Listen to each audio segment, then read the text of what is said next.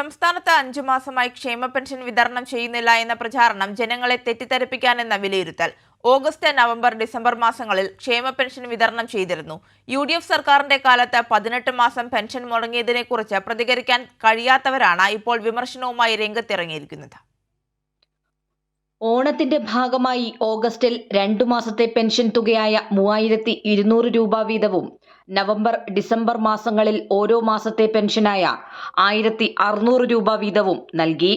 ഇത് മറച്ചുവെച്ചാണ് 5 മാസമായി പെൻഷനില്ല എന്ന പ്രചാരണം ഒരു വിഭാഗം മാധ്യമങ്ങളും പ്രതിപക്ഷവും നടത്തുന്നത്. കഴിഞ്ഞ ഉമ്മൻചാണ്ടി സർക്കാർ പെൻഷനിൽ നാമമാത്രമായ വർധനവാണ് വരുത്തിയത്. 600 രൂപ പ്രതിമാസ പെൻഷൻ 18 മാസം വരെ കുടിശ്ശികയാക്കിയാണ് ആ സർക്കാർ പുറത്തുപോകുന്നത്. LDF സർക്കാർ ഈ കുടിശ്ശിക നൽകുന്നതിന് മുൻഗണന നൽകി. തുടർന്ന് പല ഘട്ടങ്ങളിലായി പെൻഷൻ 1600 രൂപയാക്കി ഉയർത്തി. അതായത് UDF സർക്കാർ 5 വർഷത്തിൽ ആകെ നൽകിയത് 9011 കോടി രൂപ മാത്രം. ഒന്നാം പിണറായി സർക്കാർ നൽകിയതാകട്ടെ 35,154 കോടി രൂപ.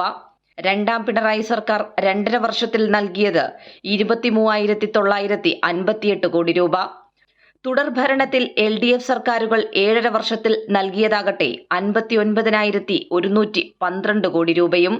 എന്നാൽ സംസ്ഥാനത്തെ പെൻഷൻ വിതരണം മുടക്കാനുള്ള നീക്കങ്ങളും ഇതിന് പിന്നാലെ കേന്ദ്രം സ്വീകരിച്ചു.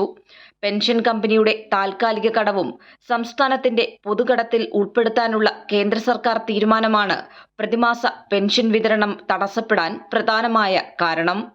ഇതിൽ കേന്ദ്രത്തെ വിമർശിക്കാൻ പ്രതിപക്ഷം തയ്യാറാകാത്തത് അവരുടെ ഇരട്ടത്താപ്പാണ് കാണിക്കുന്നത്. UDF സർക്കാരിന്റെ കാലത്ത് 18 മാസത്തെ പെൻഷൻ മുടങ്ങിയതിലും അവർക്ക് മറുപടിയില്ല.